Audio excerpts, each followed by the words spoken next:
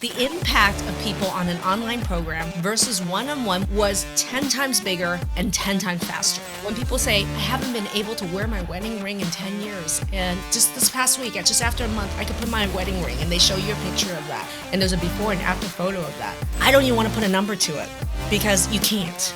I hate counting numbers, but definitely 7 figures. This is the Content Capitalist Podcast. We talk to business owners who've used video to grow their businesses to $1 million a year or more. How they did it, what worked, what didn't. Welcome to the Content Capitalists with your host, Ken Okazaki.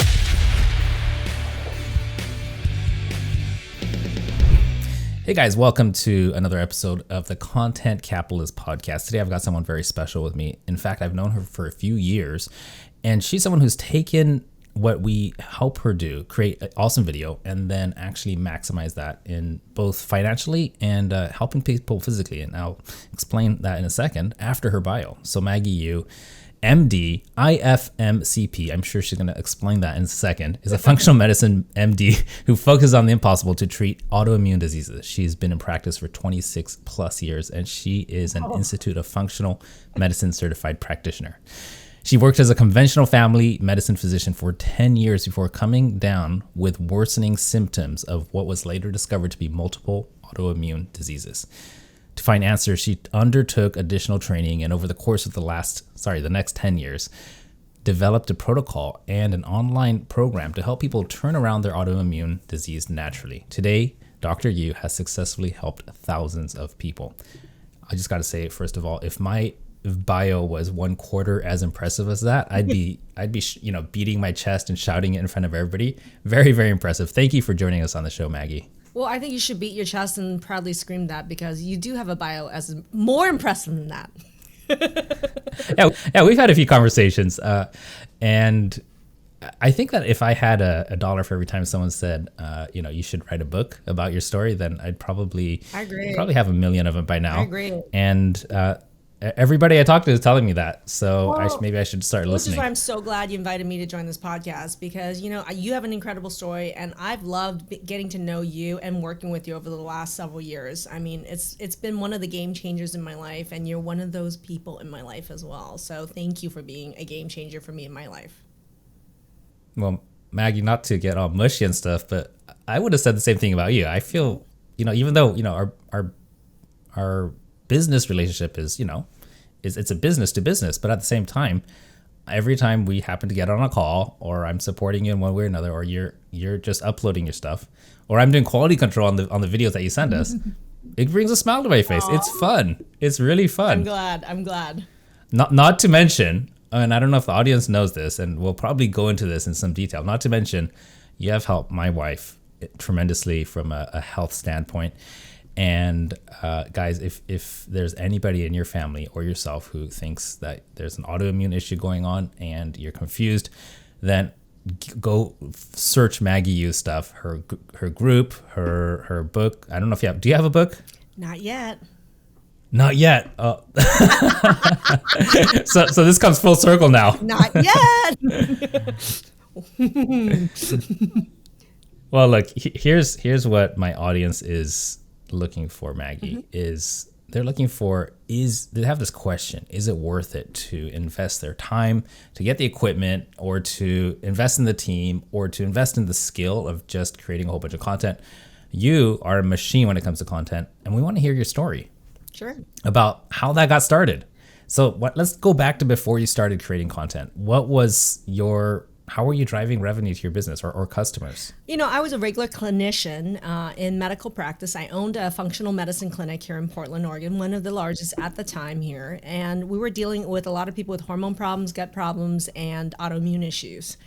And it was a big practice, and there were a lot of compensation model changes in how doctors are not being compensated, and people had to pay more and more out of pocket for these other services that can be life-saving, right? Because people understood that inherently when they have complex medical issues, especially with autoimmune disease, that the conventional model of just medication or procedures or surgeries didn't work for them. In fact, it made them worse. I know that because that happened to me. So I was delivering that care, in a clinic setting, and I found it really limiting because I was limited to the people in my geographical area. And because of the changing compensation model, I was also limited to people's expectation that the only care that they could receive was the care their insurance would pay for, not necessarily the care they needed to actually save their own lives or their children's lives. So big changes coming like on the face of functional medicine. And for the audience who doesn't understand what functional medicine is, I'm an MD, family medicine physician, who's trained in one of the best medical schools in the country. I got sick, and through my own pain and suffering and my own dime and time, I learned all the other options that my regular conventional top medical school training didn't teach me.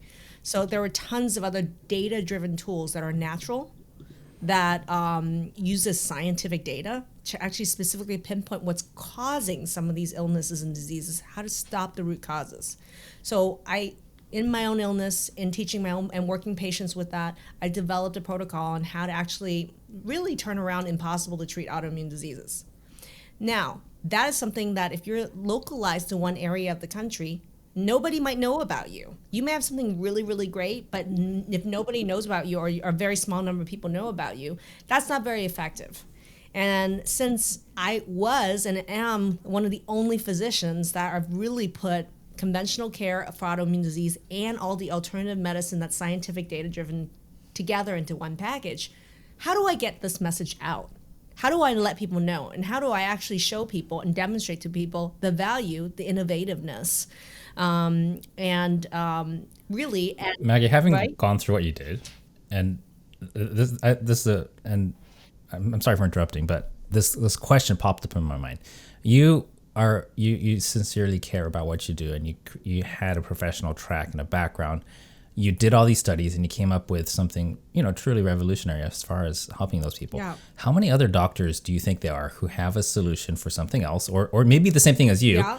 who are only helping the 1,000 or so people in their town? Like, do you think there are other people like that and just haven't figured out how to get the word out and help more people? Yeah, the answer is hell yes, because they're my friends and they're my colleagues and they're people who've done some of these trainings with me to get this kind of experience under their belt. So I recently did a podcast just with 3-4 other people who are specialists in functional psychiatry. Another doctor who was functional acupuncture. Another was a functional metabolism doctor who's an internal medicine doctor who's a functional medicine doctor now.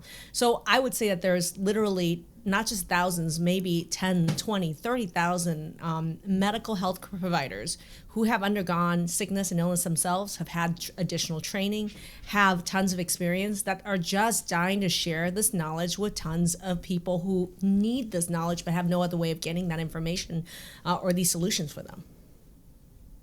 Yeah, I think that's the saddest thing, is they don't realize how easy it is, how affordable it is.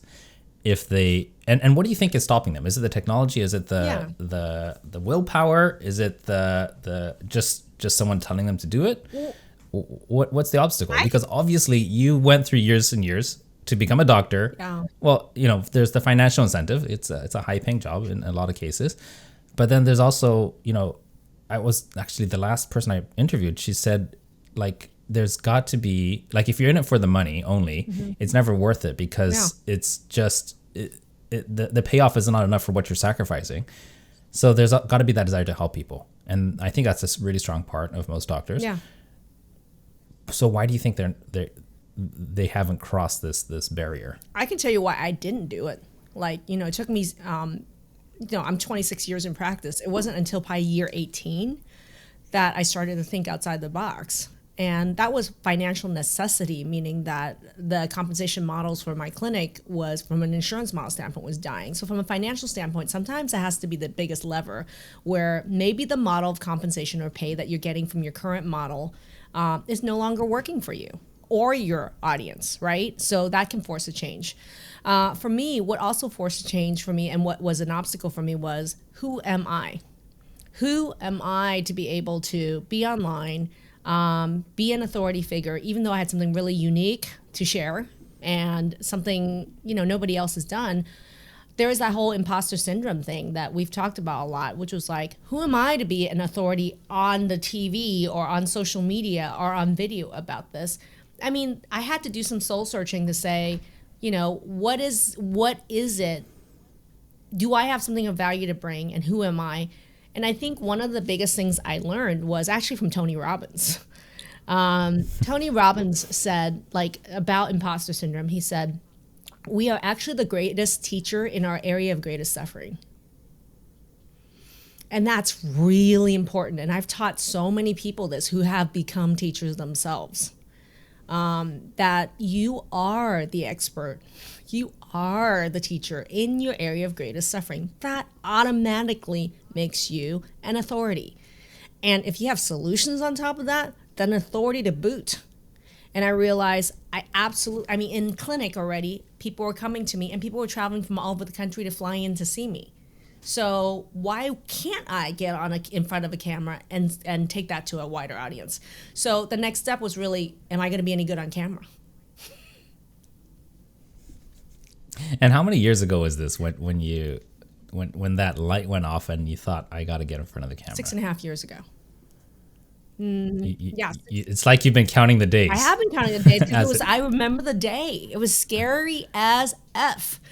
Because I remember going on YouTube and really looking at how to do a Facebook Live. I Googled on YouTube how to do a Facebook Live because I had never done and I thought I had to do it live too. I was like, it was one of the challenges when I first developed this program was a friend of ours, Chris Weiser, said, we're going to do 30 days of Facebook Live as a challenge to everybody in the group. And I said, I can do 30 days of Facebook Live, right? And so straight out of my clinic, this program wasn't even formed yet. It was probably a couple months before that. I was committing to 30 days of Facebook Live. I checked out on YouTube how to do it. I followed the formula exactly. And I remember just being petrified. And the fact that one person was watching, and I was like, oh my God, there's one person watching.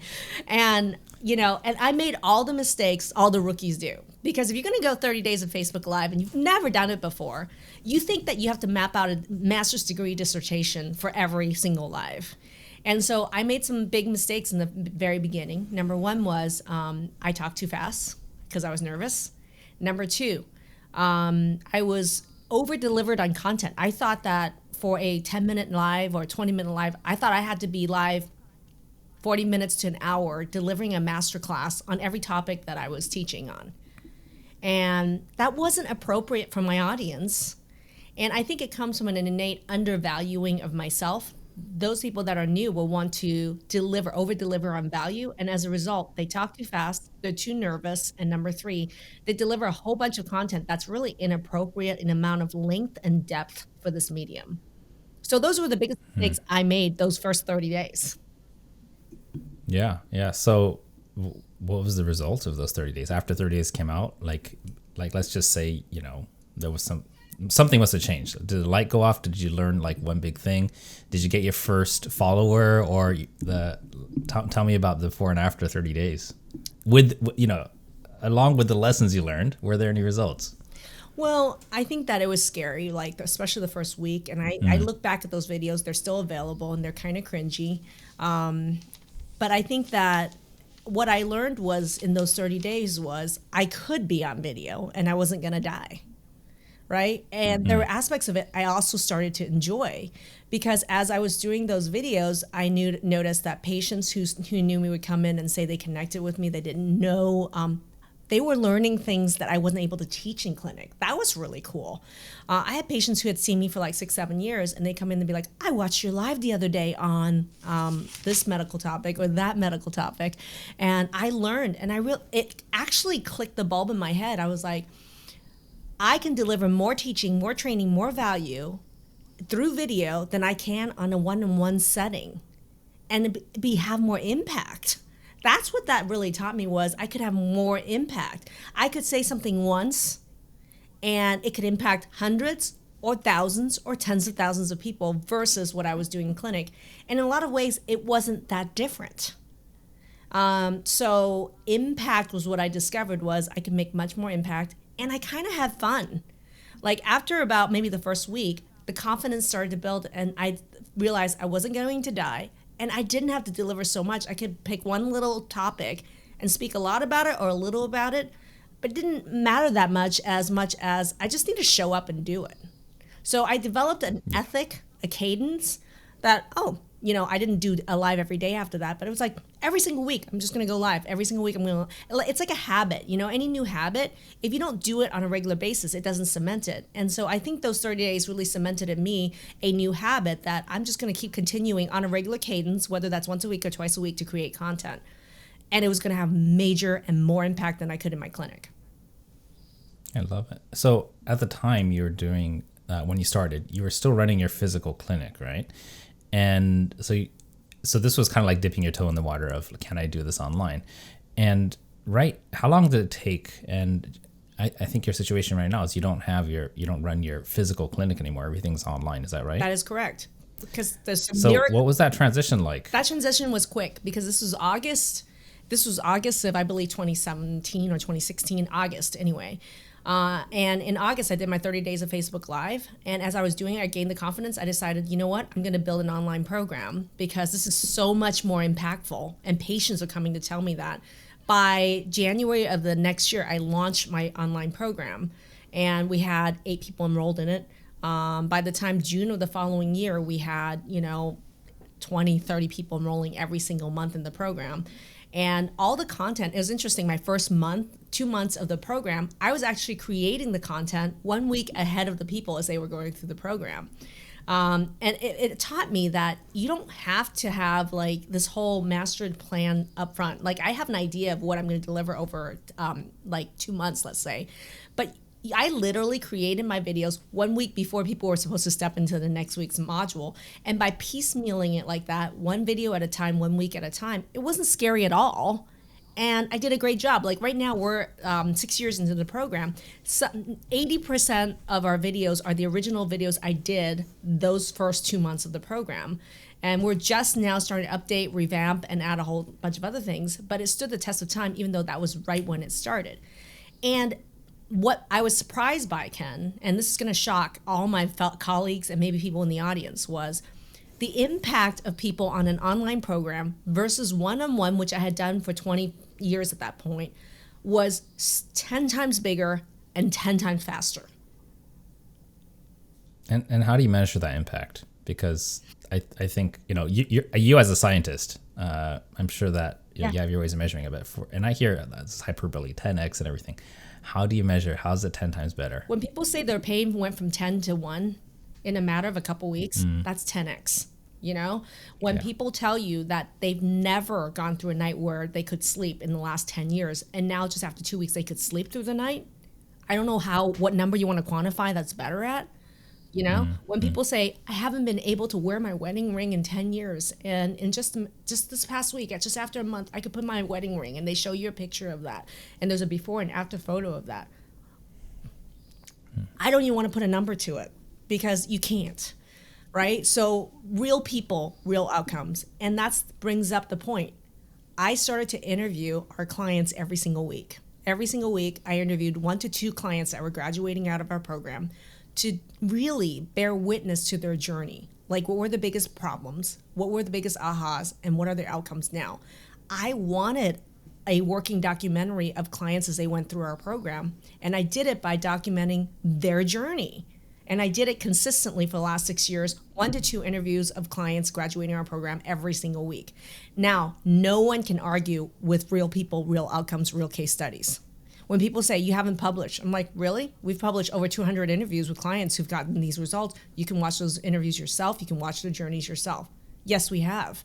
People don't realize that the act of interviewing your clients and their results or their journey, doing a documentary, is publishing. Absolutely. Right? Absolutely. And that word you just said there, documentary, that's a really great way to say it. I think a lot of people say, client testimonials or interviews or something. When you say documentary, and because you are documenting a real life thing that happened, and when you say it that way, it just sounds like it comes with so much more authority. It's a documentary. It is a documentary. Maggie, we are making a documentary right now, aren't we? We are currently making a documentary of my journey, right? This is what it is. It's Absolutely. not even a case. You can call it case study, you can call it testimony, you can call it interview, but truly we're documentarians for what our clients are going through, right? And so in the other thing I create content with was we record all, because everything's online, we record all client interactions online. We celebrate wins on every single call. And, your wife's gone through that. And when people share their wins, it's really a big psychological thing in the program for people to experience the community of that.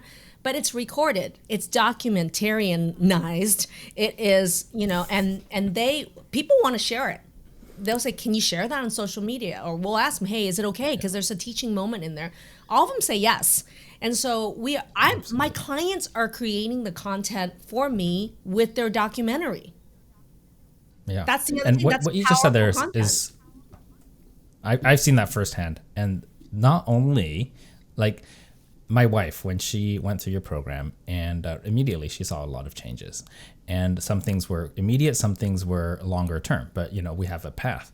But I remember, like, when we figured out that it was autoimmune, it was like this light went off. And here's the other thing that happened. After watching some of your programs inside the paid program, and by the way, in case anyone's wondering, we paid full price and it was worth every single cent. There's no backhanded deals going on. We're paying customers. But the thing that happened was we started realizing, hey, this my sister, like, we saw symptoms. It was just like, hey, I think you might have an autoimmune thing. And friends and so many people around us that we had no idea. And automatically we just wanted to share our experience. Now, I think that you just tapped into this human desire, so that when something good happens to you, you want to help the people around you. Right. And if you can do that with video, and it's no joke that if you help someone get a great result, they will probably be really, really happy to get on a video and tell the world about it, if not just the people around them. So I think not giving people the opportunity to do that is robbing them of this experience of sharing their happiness. And I'm a big fan of Tony Robbins too. And I think one of the things I remember is he said, what do we do? The great experiences in our lives, we want to amplify it. You see a beautiful sunset, you take a photo, you share it on social media. You want to share the happiness in your life, right? Yeah. Or a rainbow, or a great meal at a local restaurant. You share it on social media because you want to share your great experiences. If you help someone have a great transformation, whether in your case it's health, or in a lot of other people's cases it can be whatever you do as a service, people want to share it. Give them the opportunity to do that. In fact, encourage them to do it. Don't ever, you're never apologetic about that. So that's I love that. Why should we be? I think the greatest gift we can do for our clients actually is to bear testimony and bear witness to their journey, their growth, and their results. That's the greatest compliment we can actually give some of I consider myself a teacher. I consider them students. And the other thing is my clients are teachers to me. They're teaching me a lot. And so whenever there's a teaching moment, I actually say, hey, that's really great. Ken, in my program, I tell people the way we train doctors to do brain surgeries, we say, learn one, do one, teach one. So I do that in the program, and I tell them they got to learn it through the modules or in the mastermind calls. Number 2 is they got to do it, meaning review results with me and troubleshoot with me. And then number 3, they get to teach it. So in chat and in the coaching calls, I'll be like, okay, Sarah, you teach it. Because people will be answering in chat, and I go, great, you know it, Carmen, you teach it. And she'll unmute and she'll teach it. And those are moments where I'm like, man, that was so good. Do you mind if we share that on social media? Because they're not just our students, they're also our teachers, and they may not be, and at any time, even if they're not teaching us something, they're teaching the audience something. So why are we robbing the opportunity of our clients to learn one, do one, and teach one? Absolutely. Right? You just brought up something for me. I was always scared to death of getting on a stage, and I don't know why. I think my dad talked me into it. I was so scared, and this is not so long ago. And I was at this Tony Robbins event, and he had us do these exercises, with the person next to you. And the person next to me was like, what's your greatest fear? And I said, getting on stage. I never want to do that. And he literally said, oh, really? And then I didn't know this, but he was actually a Tony Robbins trainer, just, participating. And he was like undercover, So then it's during a break, he grabs me by the hand. And I said, where are we going? And he brings me up onto the big stage, and everybody's just kind of talking to each other. And then he grabs my shoulders and points it out there and he says, is this scary? I was just like, oh, it's not as bad as I thought. And he goes, now yell at the top of your voice. I was like, no. And he goes, do it. and nobody was looking. Nobody could hear me. And there was probably loud music blaring. But it was at that moment, and I did it. I just thought, this is not scary. And so freeing. And just to your point there, like when a lot of people, when they're in their moment, they're sharing a great story, and they just have that one experience of being in front of people. Like if it's on Zoom, 20 people in the room, 100 people in the room, 5 people, it doesn't matter. You can switch a light in their head, and it'll affect every single engagement they have from then on for the rest of their life. Well, potentially it did for me. Every time I get in front of other people, I'm happy, right? But if that person didn't drag me on the stage and do that, it would have never happened. And I think when you let people in your audience share and teach something, you're just making them better people. You're increasing the quality of their life from that point on forward, because the association with training other people is completely flipped on its head. Right. It is. And that's why I even tell people in my program, you're my student teachers. When I'm live, you're in the comment section, and you're my student teachers. If you can answer any of the questions from the audience, feel free to do so. So it's so interesting, the level of engagement I have from my alumni. And Ken, you've seen this, like when we have content, we premiere it, or when I am live, we literally have hundreds of alumni that are in the comment section, and they are my student teachers. So they will be helping answer questions and all this. So inherently, I'm not just a teacher and they're a student, they're a teacher and there are students out there for them as well. And we can harness that. So this brings back to video, which is, I am not the only person that creates content in this program. My students, our clients, can absolutely create massive value and massive content. I can say that again without the roof. I can say it's all good. It's all good.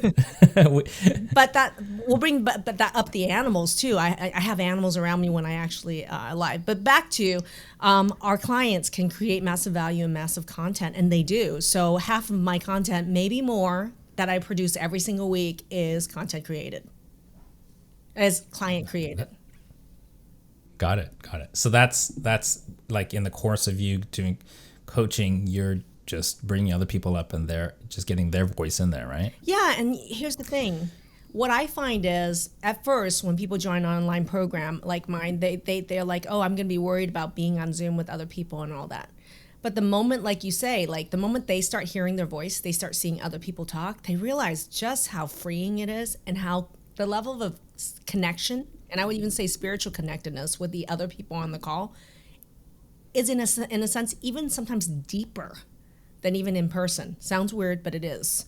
And that was the surprising thing for me, is that then as a result of the safety that our clients feel in our program, what they share on video in this setting on Zoom or on video in our program, it's just so connected, real, and honest. And people can smell that out in 5 seconds. Like in 3 seconds, 5 seconds of watching a video, you know someone's telling the truth or someone's pulling a line on you. And so I love the authenticity of those encounters, and then being able to share that on social media, and which brings me later, we could bring it up, but I think there's a big difference between what we call conventional bro marketing versus what I call connection-based marketing. Yeah, let's talk about that. But you just brought up a question in my mind. Why do you think it is that some people are more connected online emotionally than in person?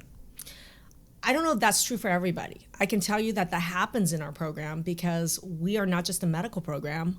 A huge part of our program is a personal growth and mindset work program. So when people participate in the program with me, it requires complete transparency and a lot of vulnerability.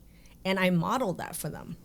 I'm very open about what's happened to me on social media, but also in the Zoom when I'm training, doing my trainings. I am 100% transparent and authentic, warts and all, being real. I'm a fan of the cursey words. You know, I am as real as it gets. I have animals jumping on me in the background, all that. This is real. And I think the lack of pretense of that is really important to model. And then as a result, my clients do the same. they're going to do the same. So you can't help when someone gives you vulnerability. It's an interesting thing in communication. If someone gifts you something, people automatically want to give something back.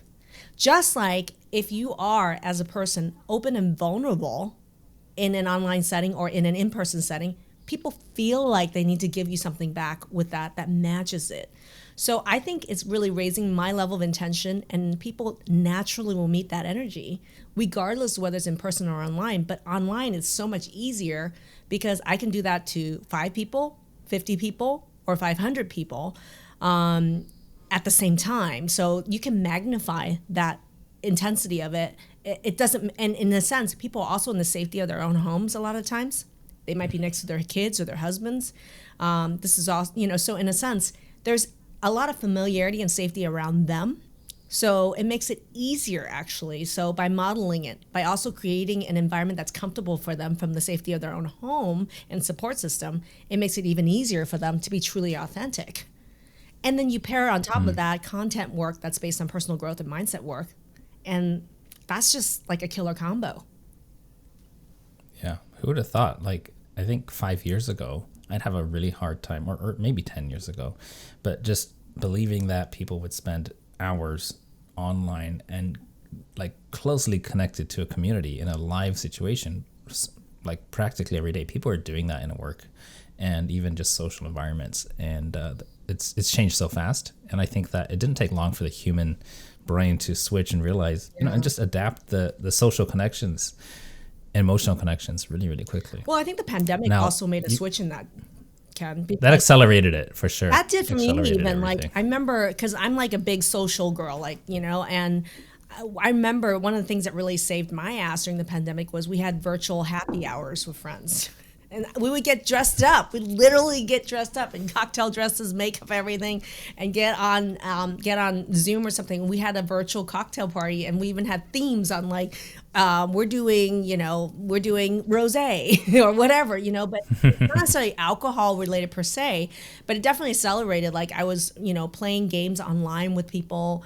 Like board games. I'm talking board games, like even online with people, or having virtual happy hours or parties with people online just to be able to feel connected.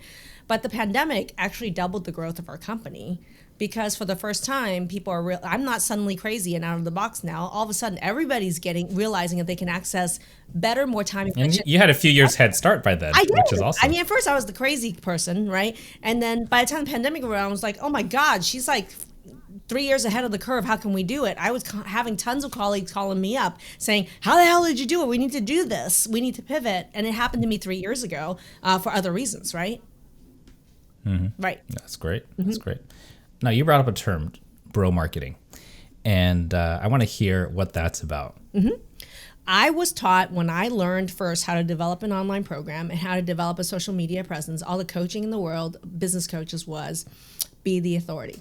That's a big thing. How do you be an authority? You want to be the authority, beat imposter syndrome, everything is drilled into you. And being the authority most of the time or all the time means that you broadcast how great you are, how much you know, how much value you have, right? And it's just, I call it broadcast marketing too, where you're just going through, and it's like, to me, like a broken record. I'm so great, I'm so wonderful, I can do this, I know that, And I did that the first year. And what I found was, it felt like a broken record. And number two was, it didn't feel authentic to me. Because I don't think my true authority comes from telling people I am the authority. I think that my true authority is based on the level that I'm able to connect with another individual through video for them to say, I feel connected to this individual, and what she says makes sense, right? But it starts with connectedness, right? So I had to really, about a year into it, I had to pivot and I had to say, I'm not going to just broadcast and be the authority. I'm going to do something different. I'm going to connect, and I'm going to create something in my head called connection-based marketing. And that starts with authenticity here first. So which is like, I'm going to be a real person. Meaning, do I have to sound and look like a doctor online, or do I want to look like and act like a doctor who's actually Maggie Yu? Not Dr. Maggie Yu, but Maggie Yu. Who is Maggie Yu? And so I'm a fan of the cursey words. So I sometimes cuss. I'll have in the middle of my video call, my cat will show up, as this has already happened. And on my videos now, my audience will know that inevitably about 30 to 50% of the time, in the middle of my live, a cat will jump up, a dog will be behind me, somebody will be nuzzling up to me, cuddling up to me. They've become a fixture in my videos because that's who I am. I am a consummate animal lover. And I love being connected and loving with my animals. So for me, like, that's just part of who I am. And I also started to tell stories, real stories, not the ones that make me look good, but maybe the ones that make me look bad, maybe the ones that hurt a lot, maybe the ones that really made me grow. And I found that even though it was difficult to tell those kinds of stories, when I do that, the emotion that comes out and the human experience I'm sharing is so real that people instantly connect with it, and they say, I am quoted all the time with something I said in those moments or a story from those moments.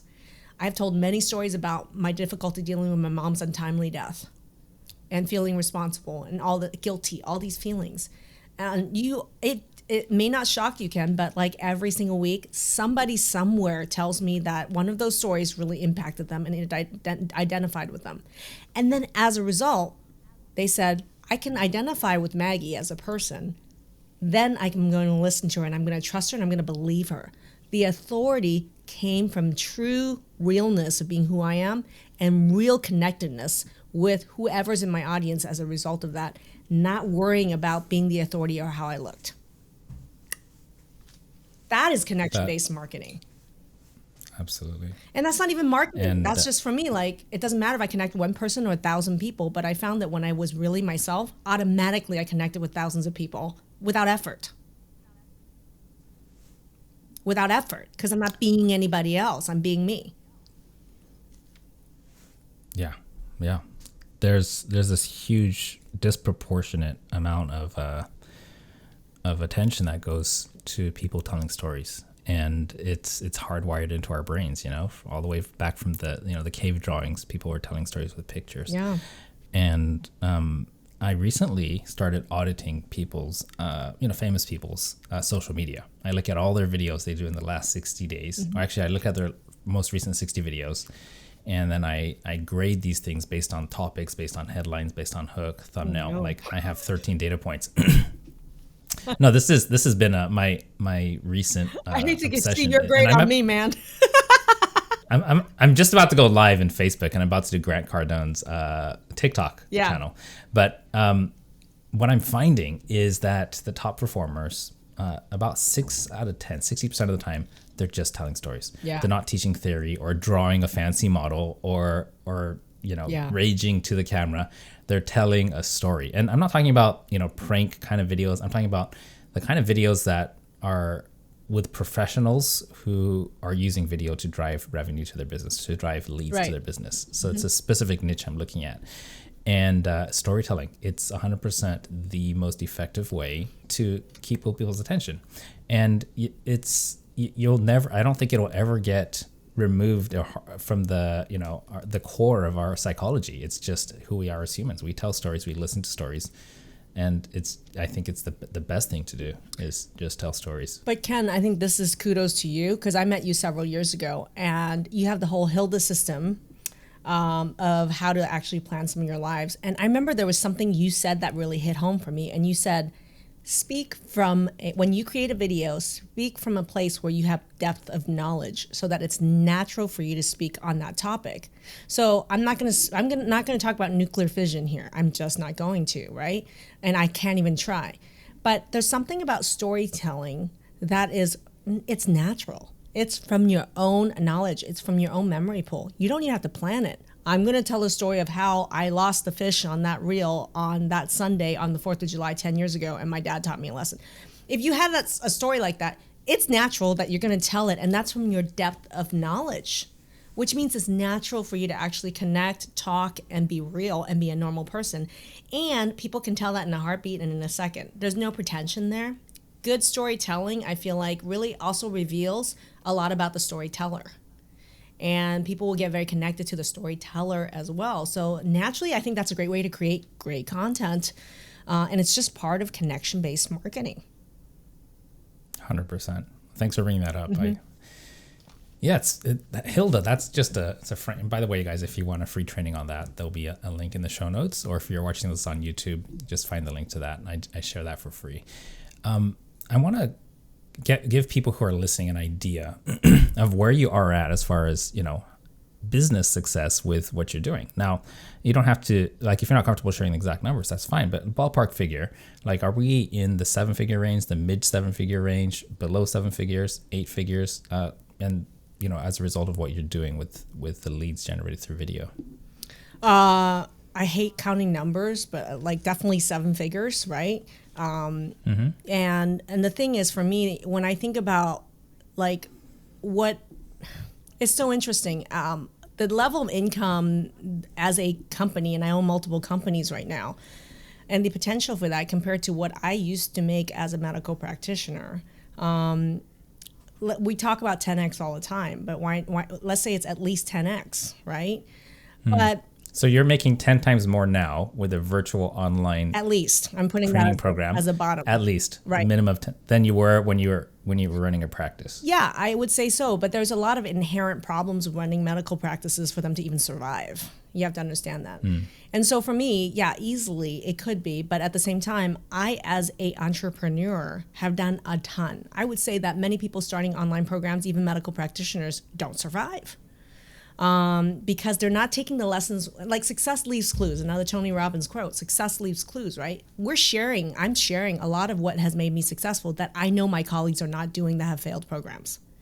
And I can tell you that 9 out of 10 people that go into the space won't succeed, and 1 out of 10 will. But I think the difference between those who will and those who don't is they heed the lessons and the clues of those who are successful, right?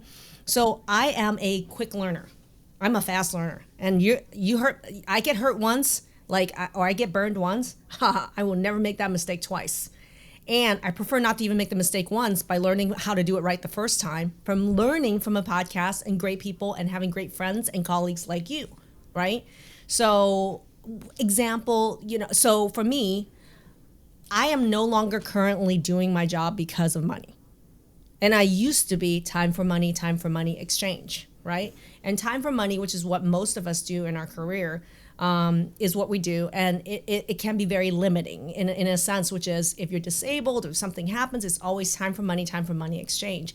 And to me, time is actually a really valuable resource I cannot buy back if I'm going to lose it. So I am very intentional, Ken, about what I spend my time doing now, which is I have 2 criteria. The 2 criteria of what I spend my time doing is, number 1, I want to work with people who are going to kick ass, meaning have impact, right? And number 2, I want to work with people who are going to bring me joy. So what I've learned is that the more authentic I am, the more stories I tell, the more I let my clients speak, the more people naturally are coming to seek out our services or to seek a connection with me and people in our program. And as a result, we have about 150 people per month reach out to us who are interested in joining our program. And our team is actually filtering, screening, and choosing who we work with. And we choose to work with less than 20% of that to join our program, because it's not about money. It is actually, for me, who is going to bring me joy and who are we going to have impact with. And if you don't fulfill both those criteria, it's okay. You can go somewhere else, and I can spend my time working with somebody else. And I'm very intentional about that.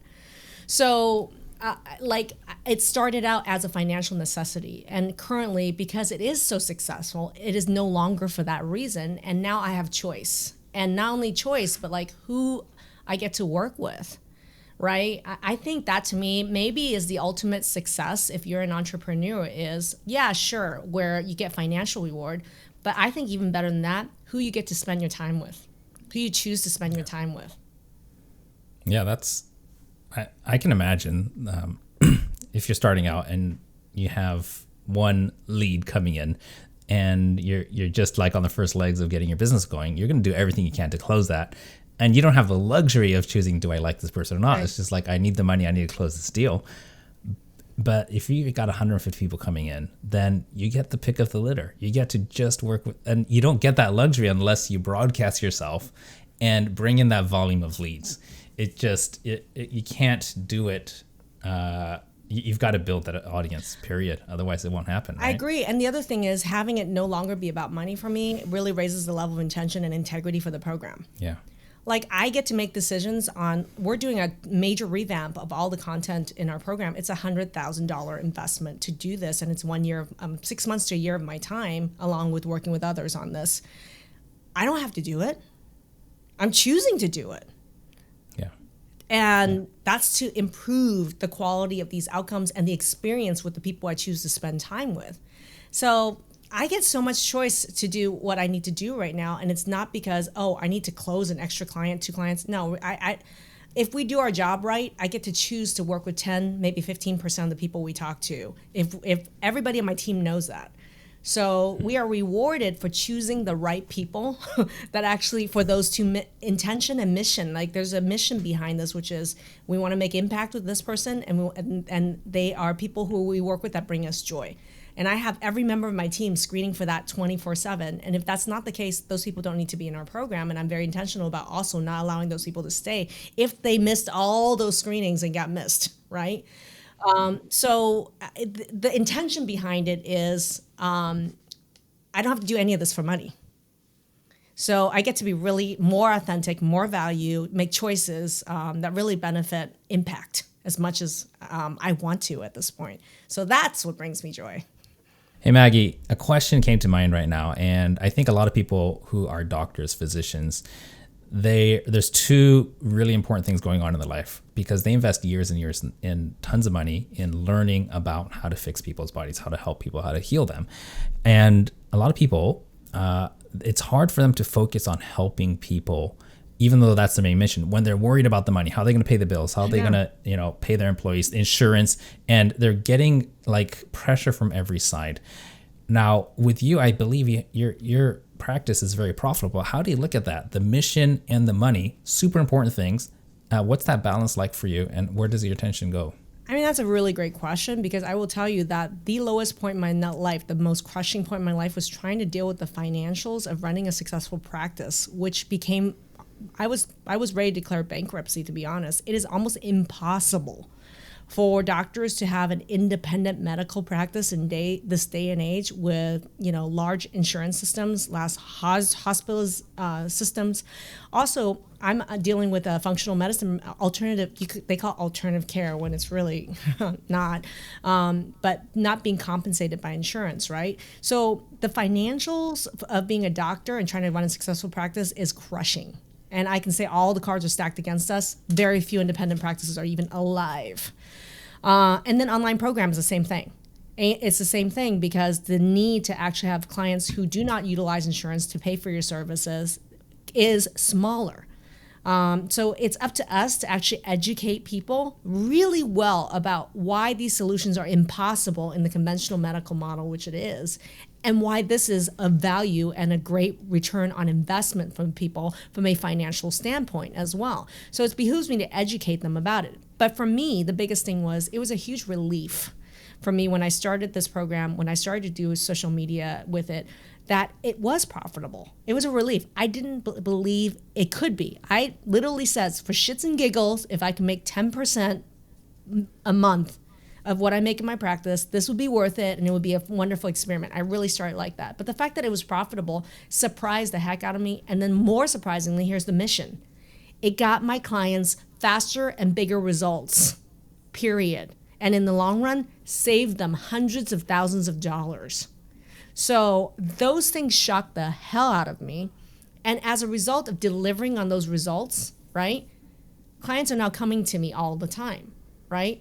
So it's changed my objective anymore. It started with financial survival. I was shocked at that it was profitable and doable, sustainable. And now number 3, now that I'm successfully doing it and all the clients are coming in financially, we're very viable and successful as a company, I find it totally freeing. Like, now my mission is changed. I'm not just trying to financially survive. I'm trying to kick ass, take names, and chew bubble gum to make impact. And I get to work with the most committed, powerful individual souls on the planet that I choose, right? So my power as a teacher, as a doctor, as an influencer just got so much higher. And my agency for choice just went up 10 times higher when I'm no longer doing it because of money. That's how this started, but I'm no longer doing it because of money. So then I can be really intentional about what my mission is and who I get to work with. I think the quality of that just went 10 times higher for everybody I work with as a result of that. And I feel clean. I feel clean. I feel good. I feel proud. Mac, thanks so much for sharing that. And I think that a lot of doctors who you see on their yachts, in their Benzes or whatever, they sometimes they get a bad rap, whether it's verbally, or people are just thinking it. People are just like, well, he's supposed to be helping people, and it looks like he's just helping himself. And I think that there might be some people who are doing that, but in your case, I know from a personal level, that is absolutely not. You're not out there thinking money first and then people. The money follows because you've helped so many people, because you've transformed so many people, and it's just this. I think it needs to be addressed, and thank you for addressing it and sharing your perspective and how that works for you. Absolutely. And I'm not in a Rolls. I don't have a yacht, whatever. I actually get to choose to reinvest that into the clients, into the program, into the outcomes, or building new companies, or I get to invest in, I have a nonprofit. So there's many different ways with which I get to pay it forward or pay it back and reinvest it. Love it. Love it. Now we're coming toward the end of our hour here, but one of the important things I want to cover is, could you, in as simple terms as possible, draw like a line between from when the content gets out there to how does that turn to a customer? Some people have 20 steps in between with this retargeting campaign, this ad and stuff like that. I have a feeling yours is pretty simple, but I want to hear from you. How does content turn to cash for you, or clients? Let's say. I think content turns to cash, or clients, or connection, really simple by if you put out content that's connection based, and there's CTAs on or above the video. And our typical CTA is actually to join our Facebook group, because for me it's still connection and community based. So we harness a lot out of our Facebook group, which has currently 60,000 people in it. I mean, that's huge. That's one of the biggest, if not the biggest, autoimmune group on the planet. And we actually staff full-time. We have several staff members in there constantly helping build those connections, providing resources, and connecting with people in the group. So for me, there is a basket that people go into that I call nurturing. Like, we do nurture people in a Facebook group that we provide as a resource and as a community building service that's free, right, for the community. So we pretty much have those videos. All the CTAs are join the Facebook group. And in the Facebook group, pretty much they have access to all the trainings, all the documentaries, case studies that we've done, and they get to connect with other people who are going through the same thing or have had success healing these things, because we have thousands of alumni in there as well, who are my student teachers as well. So that to me is kind of like probably the main way where when people in the group start to chat and they say, I need help with hair loss, let's say, or I need help with fatigue, and our team will connect with them with chat and give them those resources. A lot of them will say, hey, how do I work with you? Can I learn more about this program? I'm like, sure, why don't you book a call with our team? So it's constantly people on our team booking people into our calendars to speak with people on our team. We also have content that will drive like paid ads. We have paid ads that go into a webinar, a training or something where, here's the ad, you go into the training. In the training, you learn more about what it is that I do. And in that training, you can make a decision whether you want to book a call with our team or not. I actually find that's less effective, but yet that's the traditional way that people sell their programs. So we have it and it's there, but I would say that 90% of people that actually reach out to us and become a client really don't go through an ad, a paid advertising ad that goes to a training or a webinar to a call. All of it, 90% of it is through some way of human contact and connection and sharing of the resources of the video content that I've created over the years. Got it. And it's so true. Your group is extremely active. I'm in there myself, and every time I get pinged all the time, like ding, ding, alert. So it's very, very active. And it's just a matter of, people watch your live. And is it once a week that you go in there live? Every week I have a live show on Thursday. It's called Autoimmune Table Talk, and we bring on movers and shakers and case studies and topics that really hit autoimmune, and it's conversations that people have never heard from their doctors, anybody. So for me, I love that. And we also have Anne Emanuel is hosting the show, and she's a professional journalist who's on the show, and she's the host of our show now. And that's really helped quite a bit as well to even raise the bar on professionalism and journalism with our lives every week. So yeah, I go live every week in there. We take that content and it sits in there as a whole, but then we also then submit it to your team, and it gets also cut into multiple shorter topics because we cover a lot in an hour. So we'll cut it into 3 to 4 other shorter videos. We'll cut it into a bunch of YouTube Shorts, Instagram Reels, or TikTok. So we repurpose a lot of the content in addition to all the other content that comes out of my coaching program. Yeah, absolutely. And that's the, a lot of people don't realize how the same piece of content can be ingested like 30 different ways. And it just depends on where your audience is and where they're at. And you never know what's going to go viral. So it's so fascinating. You test and you test and you test. I never know what's going to go viral. And then the other thing too is I love the fact that working with your team, we have, I've loved the upping the ante on the humor. We've talked about this because when we first started, my editors were a little bit nervous, and then when we saw your reaction, you said, no, like amp that up, because the humor and even the cheeky humor, that's the stuff that people engage with. I freaking love the animations you guys put in and the humor that's in, because here's the thing is, I love humor. I think humor is sexy. I think humor is entertaining, and I think humor is educational. So I love the fact that we actually will cut these videos and we'll add animation, B-roll, other things that really ups the humor and entertainment part of it. That's why I call it edutainment. We educate the hell out of my audience, and that's how we actually really sell our services, although they don't really need to be sold at this point. Right? But that's how we market. You could call it marketing, but really it's edutainment is the other way that I love to call this. Got it. And Maggie, as a business owner and having gone through this whole experience last 6 years or so, what do you think is, at what point do you think it's appropriate that people actually hire professional teams to take care of all the stuff? I know a lot of people, when they first start out, they're going to be editing it themselves or just going live and finishing it there, right?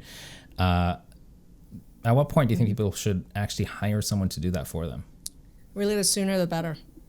And here's the thing. I talk about this with autoimmunity as well. I say that the earlier you intervene in something, the smaller the distance between, shitty and good, right? But the later you go, the bigger the distance between shitty and good, and the more cost it is to try to fix a damaged reputation or quality. So it's let's just start it early and not wait till 2, 3, 4 years later when there's a big gap between your years of shitty content and then really good content. That's a much bigger gap to go. So I think the sooner you intervene, the better, right? And I think it's hard for people who may not be making any money to be able to do that. But I think at a certain point, when, let's say you reach a profit level of even $10,000, I mean, I know that sounds like a lot of money, but at the same time, when you're talking about paying, outsourcing it, you're going to need those kind of numbers to be able to pay for some of these, right? But I feel like at a certain point, when you realize that you're getting a regular stream of income, right? And you realize that investing in somebody to actually edit and cut these for you is going to raise your revenue huge in a very short period of time. So it's going to pay for itself. I say within 2-3 months, it's going to pay for itself.